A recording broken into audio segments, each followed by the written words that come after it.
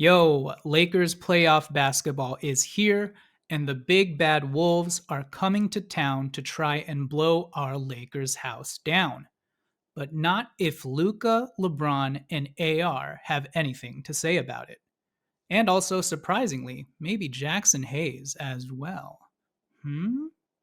All right, so I'm going to cut to the chase. In today's video, I'm going to break down why I think Jaxson Hayes could potentially have a huge pivotal role for the Lakers in their first round matchup against the Minnesota Timberwolves, and particularly Rudy Gobert. And it's not just because he's our only center and he's our only legit 7-foot rim protection. I'm actually going to be focusing more on Jaxson Hayes' offensive game today and what he can do in the pick and roll for LeBron, Luka, and AR.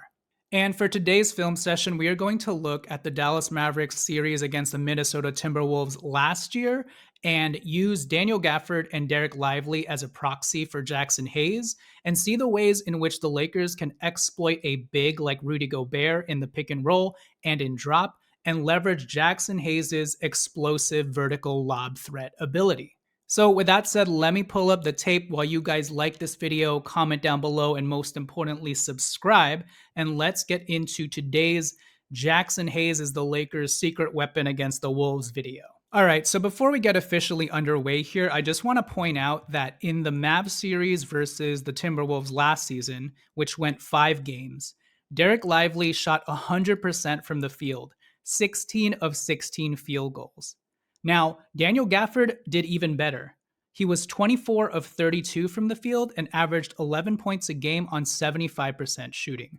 Now, these bigs typically shoot a high percentage from the field anyways, especially as the role partner of Luka's, but just to show you guys how effective they were against the Minnesota Timberwolves last year and paint the picture for you of how I think the Lakers should utilize Jaxson Hayes for every minute he's out on the court, however short or long that may be. All right, so let's take a look at our first clip. You'll see Dante Exum passing the ball to Luka at the top of the three-point line. Daniel Gafford is on the wing, and let's watch this play unfold. Exum and Gafford are going to set a double screen for Luka. Rudy Gobert is going to converge, and Luka is going to pass the ball to Daniel Gafford. Simple pick and roll. There's the double drag. Rudy Gobert has to help on Luka, but Luka's able to get that pass into Daniel Gafford. And so the one thing I want to keep hammering home about these pick and roll plays with Luka Doncic and Dereck Lively and Daniel Gafford is just how honed in and locked in Rudy Gobert has to be on Luka Doncic at all times. That even with something as obvious as Daniel Gafford is an alley-oop lob threat, you'd think that Rudy Gobert would always have his eyes and awareness tuned into him. It doesn't matter. When Luka Doncic is on the court, Rudy Gobert is going to expend most of his efforts on trying to trap Luka Doncic. And even when he's got his hands up high and he's covered every passing lane and angle that Luka has, Luka's still able to get that ball to his rolling big man. All right, for this next clip, you're going to see Daniel Gafford at the top of the three-point line with Luka Doncic. I think he just screened off a Minnesota Timberwolf. As you can see him on the corner of the screen, flailing on the floor. And so we are going to see Rudy Gobert kind of be caught in no man's land in drop. And Luka's going to take advantage of this and drive into the lane and force Rudy Gobert to lock in on him. So here's the play. Luka Doncic is going to fake the three-point shot and then drive it into the lane. Rudy Gobert actually does a good job of still tagging Daniel Gafford, but at the end, Luka forces him to help. And at the very last second, Luka does what he does best and wraps that ball around to Daniel Gafford for the easy two-handed jam, and there's nothing Rudy can do about it. All right, for this next play, you're going to see Kyrie Irving with the ball, and Daniel Gafford is going to come to set the screen and run that pick and roll. And again, this is going to be another instance of Rudy Gobert being caught in this pick and roll blender and having to decide, am I going to stop and hinder the ball handler, or can I still recover on Daniel Gafford? And you'll obviously see what happens next. Daniel Gafford sets the pick. He kind of splinters out. Rudy Gobert still tags him, and Kyrie Irving just skies it to the air. Let's watch that play again. Daniel Gafford with the pick. rolls. Rudy Gobert is right there the whole time. It does not matter because Daniel Gafford's catch radius is insane.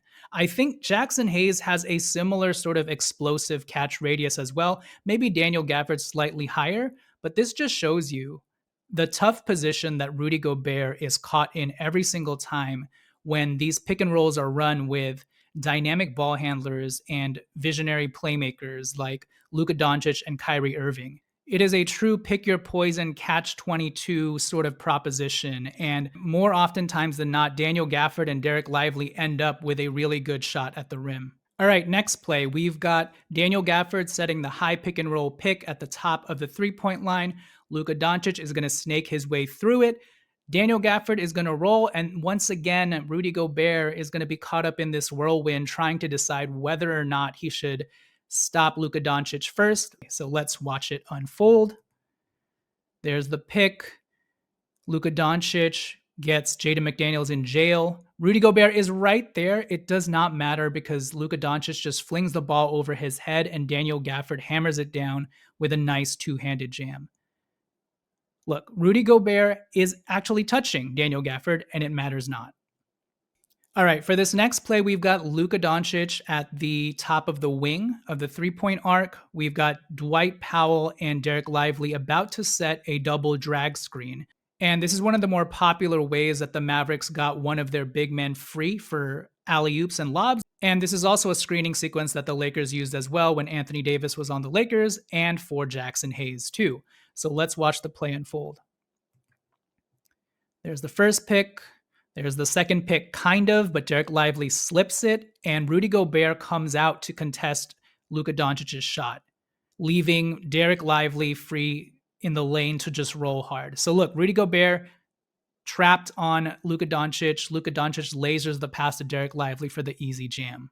And Rudy Gobert is pissed because Karl Anthony Towns didn't do his job in recovering. But again, it's such a tough job for Rudy Gobert to have to handle both Luka Doncic and then the explosive, rim-running, athletic big man who can catch any lob in Daniel Gafford and Dereck Lively. All right, next play, we've got Kyrie Irving with the ball, and you're going to see the Mavs run another double drag screen, and you're going to see Rudy Gobert on Daniel Gafford. You guys know what's going to happen, but let's watch the play unfold.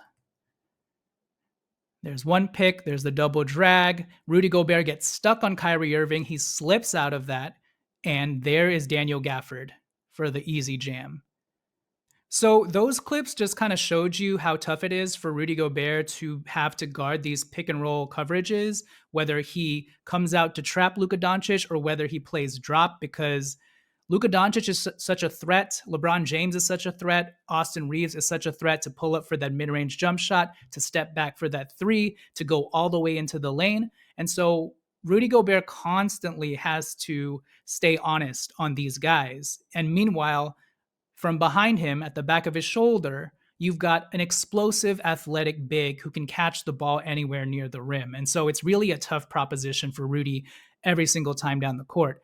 Now, these next few plays, we're just going to see Luka Doncic engage Rudy Gobert head on, even if it's not in a pick and roll situation. And he's just going to force Rudy Gobert to commit.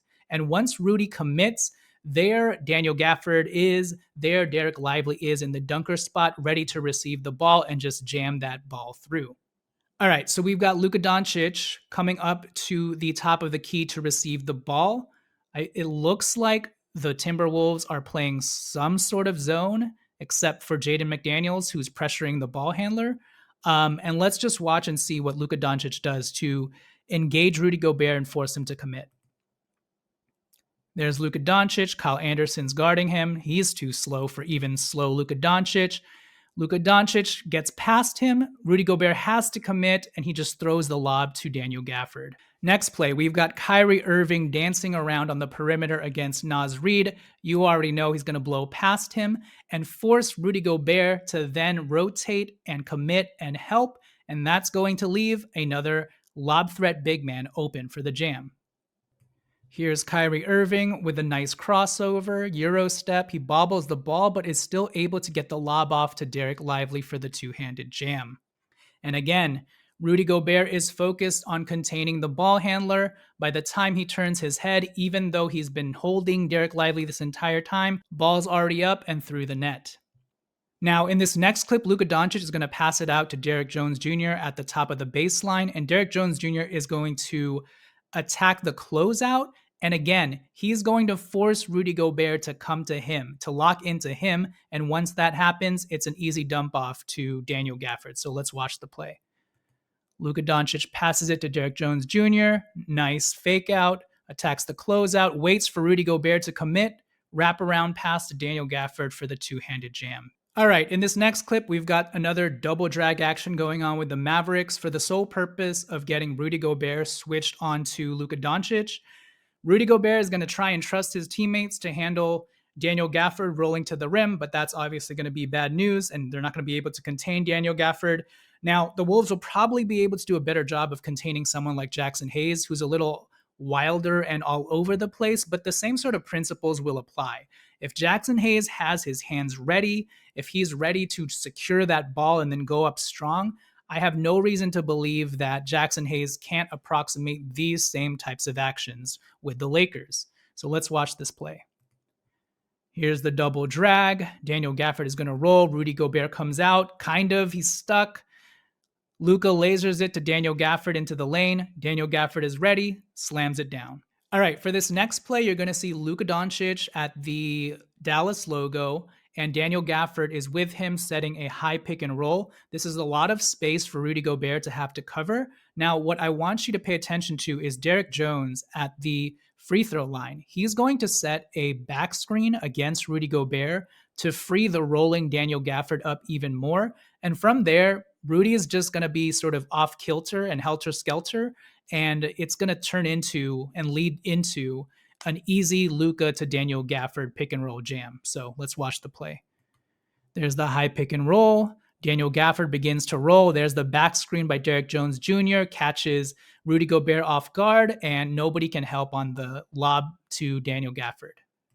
All right, last play in our sequence here. This is another double drag set using Dereck Lively. This is all starting to meld together and seem like deja vu. And it's because the Dallas Mavericks just kept running the same actions on the Timberwolves and putting Rudy Gobert in the blender, keeping him locked in on Luka Doncic, and forcing him to make this very tough poison pill decision. Here's the first screen. Here's the second screen. Dereck Lively splits it. Rudy Gobert tags him. It doesn't matter. Luka just throws it into the air. Dereck Lively has to regather, but he's still able to go back up strong with two hands because Mike Conley is the guy who has to switch on him.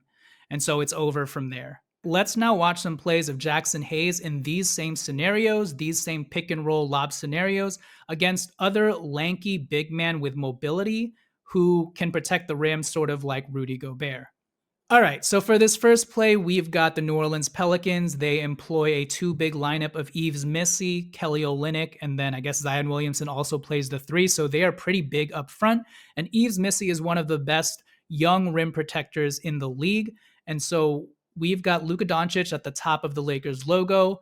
This looks like a double drag action with LeBron James setting the first pick, Hayes setting the second pick, and then you'll see what happens from here. You already know what happens. There's the double drag. There's Hayes rolling, Yves Missi backpedaling, and it's over from there. The nice lob to Jaxson Hayes. All right, next play. We've got a high pick and roll at the top of the three-point arc with Luka Doncic and Jaxson Hayes, of course. I believe this is Yves Missi trying to contain this pick and roll once again.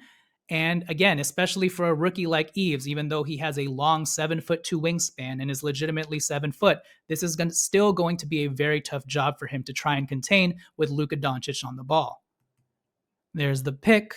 He's going to try and contain Luka Doncic, which he does a good job of doing. It doesn't matter because Jaxson Hayes rolls hard and Luka Doncic can get that laser pass through any tight window. All right, so this next play against the Oklahoma City Thunder, who employ Chet Holmgren and Isaiah Hartenstein. Let's watch as Jaxson Hayes has the ball at the top of the three-point arc. He's going to employ a dribble handoff with Luka Doncic, and we're going to see Chet Holmgren be put in the blender. Got Austin rolling. Here's the dribble handoff as Jaxson Hayes rolls, and Austin's going to pop out for this Spain pick and roll. But, Isaiah Hartenstein and Chet Holmgren are confused the entire way. All right, this next play, high pick and roll with LeBron James and Jaxson Hayes, works the exact same way as with Luka Doncic. It just looks a little bit different. Let's watch this play unfold as LeBron engages Isaiah Hartenstein into the play and forces him to make a tough decision. There's the pick. LeBron James, Isaiah Hartenstein backpedaling. That was actually a very poor job that he did on Hayes, and he's just able to waltz into the lane for the easy two-handed jam. All right, this next play, we've got Luka Doncic and Jaxson Hayes already operating the pick and roll. Hayes looks like he's already slipping that roll, and Luka Doncic is going to fumble the ball a little bit, and this is going to give the Oklahoma City Thunder a chance to trap him at the three-point line. But because Jaxson Hayes rolls all the way to the rim and makes himself available, Luka's able to just fling this pass to him pretty easily. So let's watch this play unfold. Luka bobbles the ball, forgets it, and they try and trap him. But Jaxson Hayes is all alone in the paint. Luka swings this like one-handed laser pass to him. Jackson's able to catch it and throw it down, kind of gets hit on the head, should have been an and one. But again, it's all about locking in that defensive big on Luka Doncic and committing to the role on Jaxson Hayes' part. And if a team does not tag Jaxson appropriately and recover and help, it's disaster from there because Luka knows when and where and how to find his big man at all times, regardless of the angle. Jaxson Hayes kind of gets hit. Luka looks legitimately trapped, but he curves the bullet to Jaxson Hayes. Jaxson Hayes kind of has to extend his arms out and contort his body a little to catch it, but he's able to do it and finish strong. So yeah, let's just watch these clips of Jaxson Hayes now legitimately doing these Daniel Gafford, Dereck Lively type actions against Rudy Gobert himself. So for this first clip, we've got D'Angelo Russell at the top wing of the three-point arc.